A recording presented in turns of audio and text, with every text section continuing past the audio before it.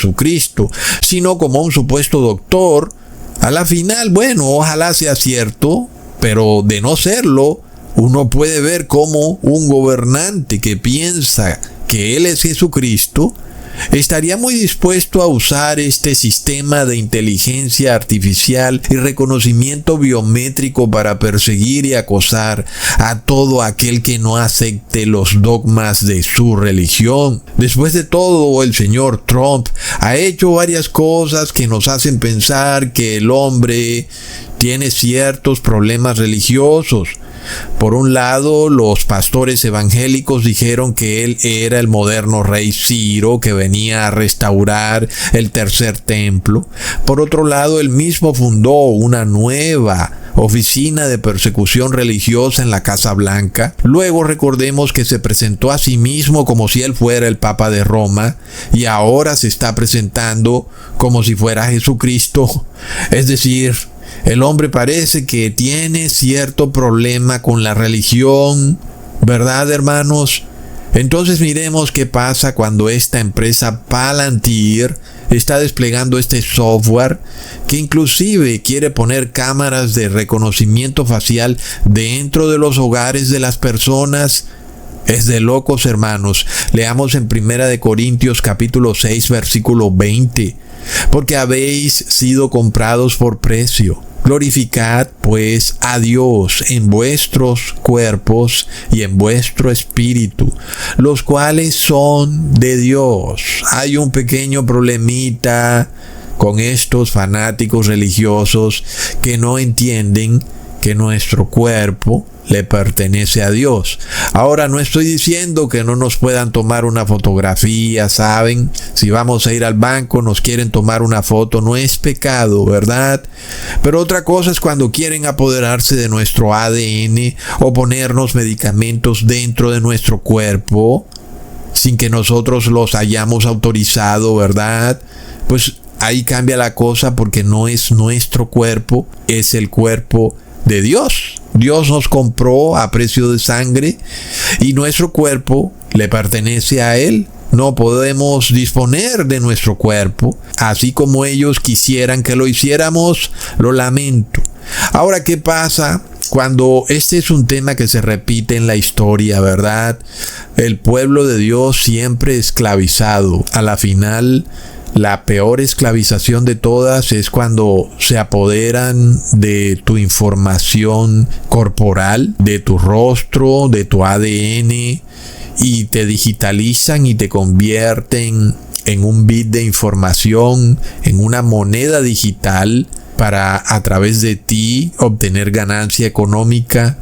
Para esto es que ellos necesitan tu biometría, porque tú eres la moneda. Al final de cuentas, es de ti que ellos obtienen riqueza. Si tú no operaras en su sistema financiero, ellos no obtuvieran ningún tipo de riqueza. Ahora todos tenemos que trabajar y estos poderes se han establecido en posiciones en las cuales se benefician de nuestro trabajo. En cierta medida lo hemos aceptado en aras de que exista un gobierno pacífico y controlado, donde haya seguridad. Sin embargo, ahora están yendo demasiado lejos, ¿verdad? Entonces, este gobierno ya no es un gobierno donde trabajamos gustosamente para que haya paz o seguridad, sino que es un gobierno que nos esclaviza a un nivel nunca antes visto. Entonces uno puede entender por qué ciertas naciones como que se rehúsan un poco a desplegar esta tecnología de reconocimiento biométrico, ¿verdad? El mundo es realmente grande, aunque la mayoría de naciones de Europa y de América están bastante avanzadas en este tipo de tecnología. Las naciones del Oriente o de África están bastante rezagadas, ¿verdad? Gracias a Dios, de otra manera el mundo ya se hubiera acabado. Sin embargo, ya sabemos qué es lo que viene para las naciones que no quieren ponerse a punto con el sistema de reconocimiento biométrico. Vienen bombazos, van a llover bombas sobre esa nación, como recientemente lo dijo Donald Trump, amenazando a Irán de dejarla en ruinas si no aceptaba sus términos y condiciones, ¿verdad, hermanos? Eso no es más que la amenaza de un terrible genocidio. Volvemos al punto. Uno pensaría que a estas alturas la supuesta evolución humana, como quieras llamarla, ha llegado a tal punto en que no habría ya cabida para el uso de expresiones que rayan en la amenaza de un genocidio o para caer en las guerras, ¿verdad, hermanos? Pensábamos que eso estaba en el pasado, que como seres humanos habíamos avanzado. Se había creado supuestamente la ONU para vivir en un mundo de paz. Pero ya vemos que las guerras no paran, ¿verdad? Estados Unidos declara guerras de forma unilateral.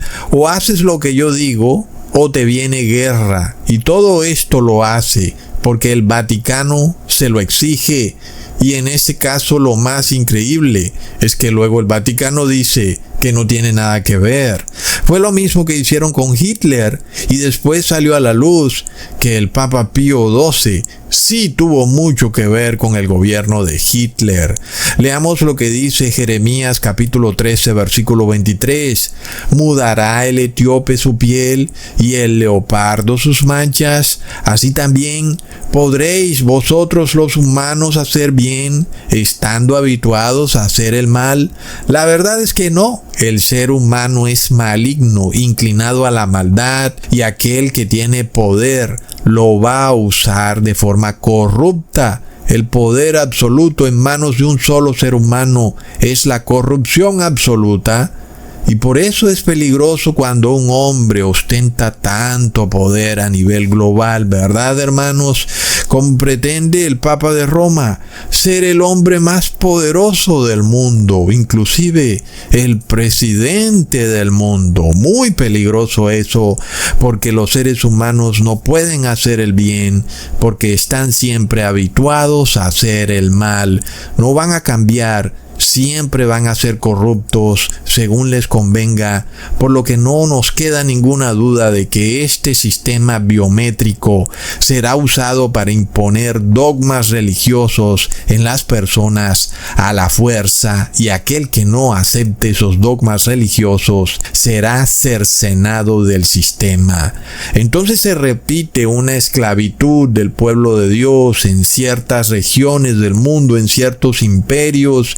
El pueblo de Dios esclavizado en Egipto, el pueblo de Dios ahora esclavizado en Estados Unidos, una nación además con una amplia experiencia en la esclavización de seres humanos, ¿verdad, hermanos? Miremos esto que es curioso, porque cuando el pueblo de Dios estaba en Egipto, el faraón sabía que nacería un libertador que liberaría al pueblo de la opresión egipcia. El problema era que él no tenía esta tecnología de identificación biométrica o de rastreo de ADN, rastreo de contactos para saber quién pepino sería ese tal libertador, ¿verdad? No tenía nada, por lo cual este faraón tuvo que tomar una decisión bastante tiránica al no poder identificar biométricamente a este Salvador, pero él tenía que matarlo porque él sabía que la prosperidad de su imperio estaba en juego, por lo que el faraón decidió pasar un decreto que es claramente visible para todo el mundo como un decreto draconiano y tiránico. Leamos en Éxodo capítulo 1 versículo 15 al 16. Y habló el rey de Egipto a las parteras de las hebreas, una de las cuales se llamaba Cifra y otra Fua, y les dijo: cuando asistáis a las hebreas en sus partos y veáis el sexo, si es hijo, matadlo, y si es hija, entonces viva. Wow, es un decreto horripilante, ¿verdad? Cualquier persona que viviera en esos tiempos se hubiera dado cuenta: caramba, ese gobernante que tenemos aquí en Egipto es realmente malo, es una persona maligna, draconiana, ¿verdad? La tiranía del faraón fue claramente visible, aún para nosotros en nuestros días lo es, y él tuvo que tomar esa medida porque no podía identificar biométricamente al libertador de la nación de Israel, pero estaba profetizado que la nación sería libertada del yugo de los egipcios y ellos quedarían despojados de la prosperidad que recibían gracias a la nación hebrea, que inclusive los hebreos llegaron a construir grandes ciudades de Egipto. Leamos en Éxodo capítulo 1 versículo 11.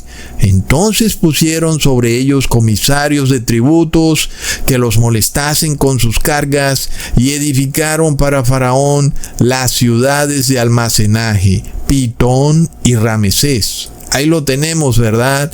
Parece bastante agradable para un imperio tener esclavos que construyan y trabajen duramente, mientras que los residentes, los nacionales, están muy acomodados en sus hamacas, al lado de las palmeras que están en el Nilo, ¿verdad, hermanos? Y por eso el faraón estaba dispuesto a todo con tal de evitar que el pueblo de Dios se le escapara de repente, lo que hubiera significado entonces, como en efecto ocurrió finalmente, el colapso de Egipto. Y no olvidemos que esto es bíblico, porque Dios declaró que Él hace llover sobre justos e injustos. Entonces, donde esté el pueblo de Dios, ahí hay bendiciones, no solo para el pueblo de Dios, sino para los injustos, ¿verdad, hermanos? Y así lo entendía la nación egipcia, que se sentía de alguna manera bendecida por la permanencia de los hebreos en su nación, sin entender de dónde venían esas bendiciones. Ellos pensaban que era por su poder de mantener a otro pueblo esclavizado, que eso hacía que ellos obtuvieran más prosperidad, sin entender que esa prosperidad venía de un Dios eterno que estaba en el cielo juzgándolo todo, ¿verdad, hermanos? Es de locos como el hombre impío es tan soberbio.